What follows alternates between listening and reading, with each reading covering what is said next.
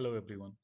तो हमने अपनी पिछली वीडियो में HTML लिस्ट के बारे में समझा था, जिसमें हमने ऑर्डर लिस्ट को भी देखा था और अनऑर्डर लिस्ट को भी देखा था, और इसके साथ साथ हमने उसके टाइप्स को भी देखा था।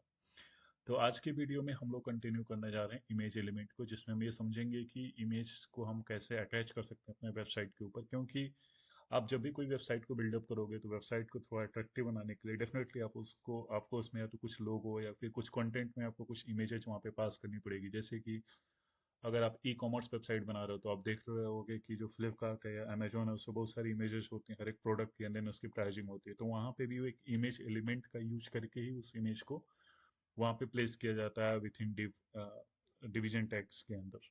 तो बेसिकली इमेज का पर्पज यही होता है कि आपको सॉरी इमेज को बेसिकली प्लेस करने के लिए हम बेसिकली इमेज टैग का यूज करते हैं, इमेज एलिमेंट का यूज करते हैं।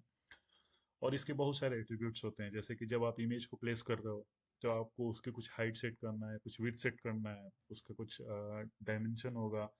तो इन सभी चीज़ों को आज के इस वीडियो में हम लोग देखेंगे, ठीक है। तो सबसे पहले मैं क्या करता हूँ कि मैं यहाँ पे एक फाइल क्रिएट कर लेता हूँ, एंड लेट्स से कि हम यहाँ पे दे देते हैं इमेज एलिमेंट, ठीक है। Image image element dot H T M L, ठीक है।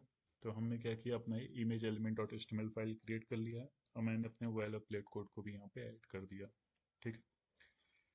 अब चूंकि हम लोग इसमें इमेज के बारे में रीड करने जा रहे हैं कि इमेज को हम लोग कैसे प्लेस करते हैं, तो मैं टाइटल भी इसका चेंज कर देता हूँ और इसका दे देता हूँ इमेज एलिमेंट, ठीक है। और दूसरी चीज क्या है कि जो ये इमेज टैग होता है ना, इसको रिप्रेजेंट करने के लिए जो होता है यूज किया जाता है, वो बेसिकली यूज किया जाता है आई एम जी टैग का यूज किया जाता है। और ये सेल्फ क्लोजिंग टैग होती है। अब सेल्फ क्लोजिंग टैग क्या होती है, हमने स्टार्टिंग में तो केवल दो ही टाइप्स के टैग पढ़े थे। एक वो टैग्स जिसके लिए ओपनिंग और क्लोजिंग दोनों रिक्वायर्ड होती है, और एक ऐसे टैग्स पढ़े थे जिसके लिए ना तो कोई क्लोजिंग टैग होता है और ना ही उसका कोई कंटेंट देना होता है। तो वो तो था, हो गया अपना सेकेंड वाला टैग। जो थर्ड टैग होती है टैग, उसकी होती है सेल्फ क्लोजिंग टैग, यानी कि जब आप टैग को यूज करते हो तो वो ऑटोमेटिक क्लोज हो जाते हो। उसको आपको अगर आप ऐड भी करते हो, हालांकि इसका क्लोजिंग टैग भी देते हो, तो भी कोई प्रॉब्लम नहीं होगी। लेट्स सपोज कि अगर मैं यहाँ पे इमेज टैग को देता हूँ तो कोई प्रॉब्लम नहीं होगी, बट ये सेल्फ क्लोजिंग टैग है तो हम इसको ऐड नहीं करते हैं यहाँ पे, ठीक है। अब हम इमेज को ऐड कैसे करेंगे, तो पहला टैग तो हो गया IMG, जो कि डिनोट करेगा कि आप यहाँ पे इमेज को एम्बेड करने जा रहे हो। इसके बाद इसका एक एट्रीब्यूट होता है SRC। SRC का मतलब क्या होता है, सोर्स।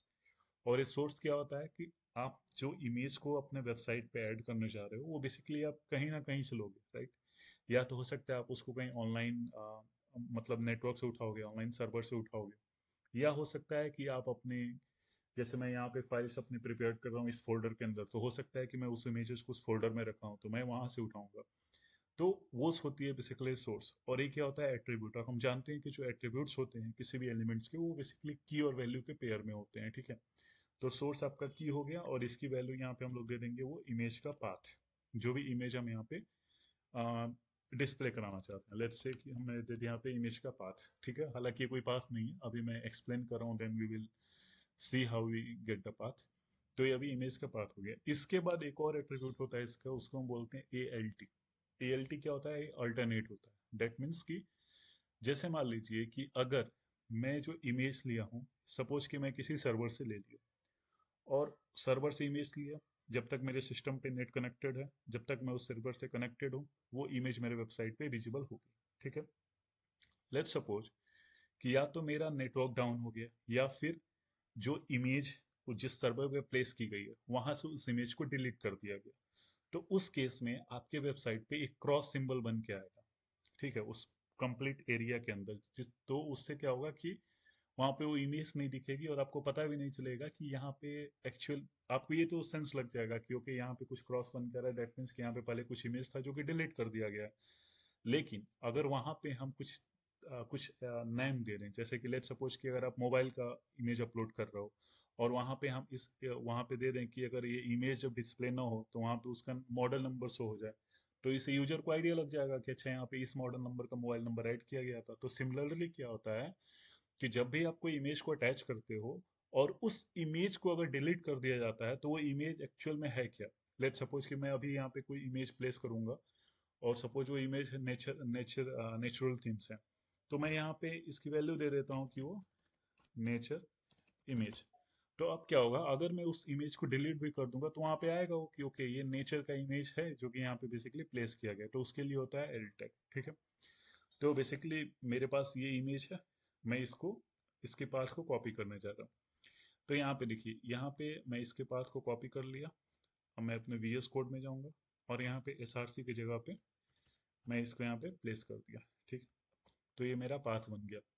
एएलटी में मैंने दे दिया है नेचर इमेज, कि ये जो इमेज मैं यहाँ पे अटैच किया हूँ ये बेसिकली एक नेचुरल इमेज है। ठीक है, प्राकृतिक इमेज है। जब वो इमेज नहीं होगा तो उस केस में वो दिखाई देगा। अब अगर मैं अभी इसको सेव करके रन करूँ, मैं यहाँ से इसका पाथ कॉपी करता हूँ एंड देन मैं ब्राउजर में जाता हूँ। तो यहाँ पे अगर आप देखोगे तो इस इमेज का साइज काफी लेंथी है, राइट। तो हमें क्या चाहिए, हमें इस इमेज की साइज को रिड्यूस करना है। तो इस इमेज की साइज को रिड्यूस करने के लिए अगेन हमारे पास दो और एट्रीब्यूट्स होते हैं।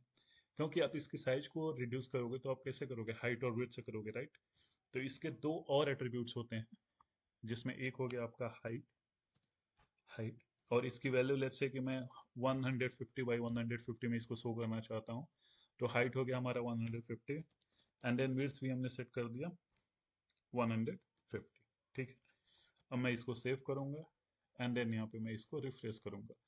तो अगर अभी आप देखोगे तो इमेज का साइज काफी छोटा हो गया।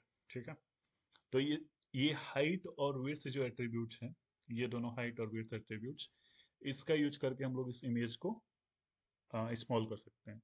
मैं इसके साइज को थोड़ा इंक्रीज कर देता हूँ ताकि बेटर दिखेगा ये। 200 बाई 200 कर देता हूँ मैं।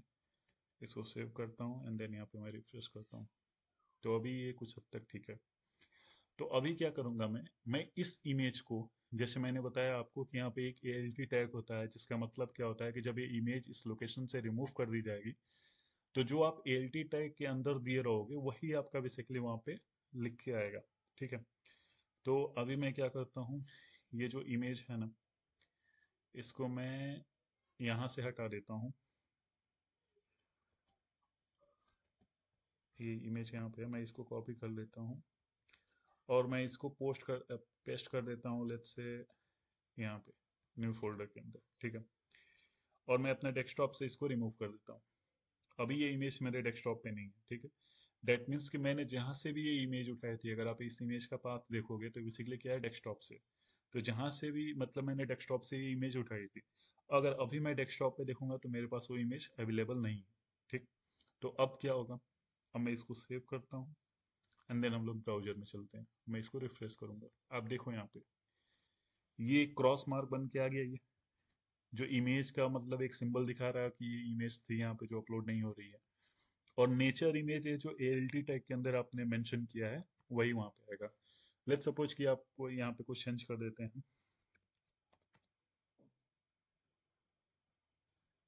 Nature image, nature H T image. ठीक है, मैं इसको सेव कर देता हूँ एंड देन इसको मैं रन कर देता हूँ।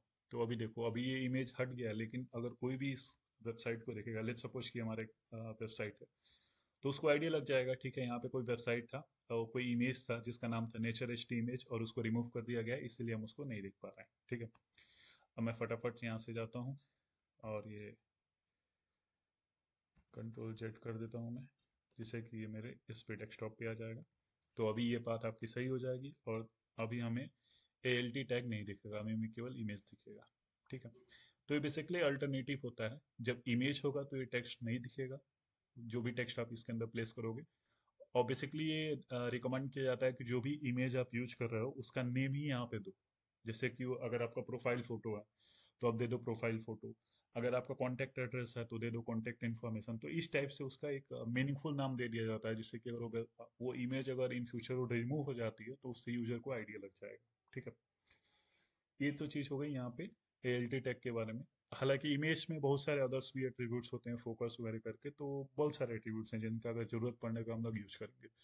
तो अभी के लिए हमने यहाँ पे चार एट्रीब्यूट्स देखे, एक सोर्स जिसमें हम इमेज का पाथ लेते हैं, एक एएलटी हो गया, एक हाइट हो गया, एक विड्थ हो गया। ठीक है, अब अब यहाँ पे आप देखोगे तो जो सोर्स में है ना, ये हमने यहाँ पे एक पाथ लिया है, ठीक है।